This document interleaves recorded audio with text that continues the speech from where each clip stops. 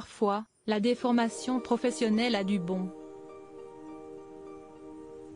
Francis Collomb, 65 ans, ex-otage des djihadistes, réfléchit en ingénieur. Dans la vie, j'ai l'habitude de tout analyser, de capter le maximum d'informations, quel que soit l'endroit où je me trouve.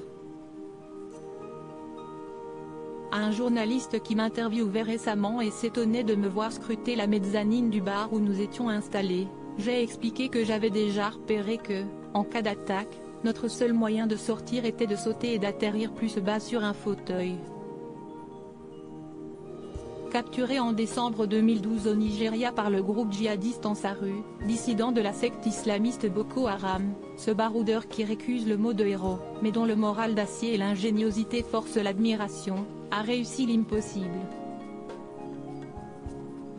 Survivre à 11 mois de captivité dans des conditions extrêmes, tenir tête à ses ravisseurs et, finalement, parvenir à leur échapper, au péril de sa vie. Jamais l'ingénieur, qui installait des éoliennes se rabattant au sol en cas de tempête, ne cesse de laisser détourner de son cap, son obsession, son objectif quotidien, retrouver la liberté. J'ai vite compris que j'allais devoir m'en sortir tout seul. J'ai compris très vite que mon kidnapping n'avait rien à voir avec l'obtention d'une rançon. Ansarut avait des revendications politico-religieuses. Il réclamait que la France renonce à envoyer des troupes au Mali, qu'elle quitte l'Afghanistan et que la loi qui interdit le voile intégral soit abrogée. J'étais persuadé que la France ne céderait pas à ces exigences. J'étais mal barré. Il fallait que je m'en sorte par moi-même. Dès lors, l'ex-otage ne cesse d'échafauder des plans d'évasion, et s'astreint pendant ces longs mois à une grande discipline. Pour garder un minimum de forme, j'ai parcouru plus de 10 km par jour en marchant autour de mon matelas. J'ai réfléchi et écrit sur un projet de voiture électrique fonctionnant avec des mini-éoliennes. Je me suis mobilisé, physiquement et psychologiquement. Pendant ma captivité, grâce à une petite radio, j'ai aussi pu entendre RFI et les chansons de Stromae. Ça m'a donné beaucoup de courage.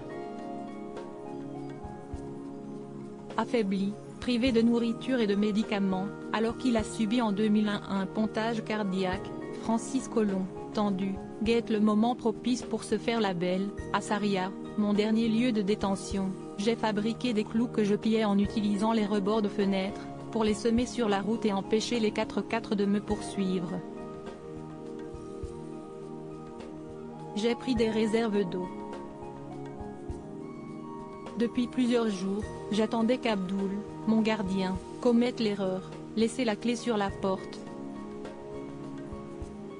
Il l'a fait à 3 reprises en allant faire ses ablutions. À la 3e, le 16 novembre 2013, je me suis dit, si est maintenant ou jamais. Conscient qu'au premier faux pas, il sera massacré, Francis parvient à s'enfuir et à atteindre un poste de police. Il est sauvé. Mais sa reconstruction prend du temps, les dommages collatéraux sont énormes. Je ne veux pas étaler ma vie personnelle, mais si est dur. En plus, j'ai subi des tracas administratifs. Pendant ma détention, on m'a coupé ma retraite. Comme si j'étais mort. Depuis ma libération, j'ai appris à me faire plaisir. Cette situation entraînera le blocage de son compte bancaire et son fichage à la Banque de France. Le côté positif, si est que, depuis ma libération, je relativise les problèmes, et j'apprends à me faire plaisir. Je me suis payé un moulinet pour faire de la pêche au gros à La Réunion et un bel appareil photo. Ce sont des petits plaisirs que je ne me serais jamais accordés avant. L'Afrique, si est fini pour moi, malheureusement. On ne va pas me donner un bataillon de légionnaires pour assurer ma sécurité. je leur ai mis une belle carotte à Ansaru, quand même. Mais je ne pouvais pas garder le silence. J'avais besoin d'écrire ce livre pour témoigner de la folie et de la barbarie de ces djihadistes, qui prétendent agir au nom de l'islam. Découvrez en intégralité le témoignage de Francis Collomb dans son livre L'Évasion, paru chez Exo Éditions. Et retrouvez cet article dans le numéro 23 de Closer, Si est-il leur histoire.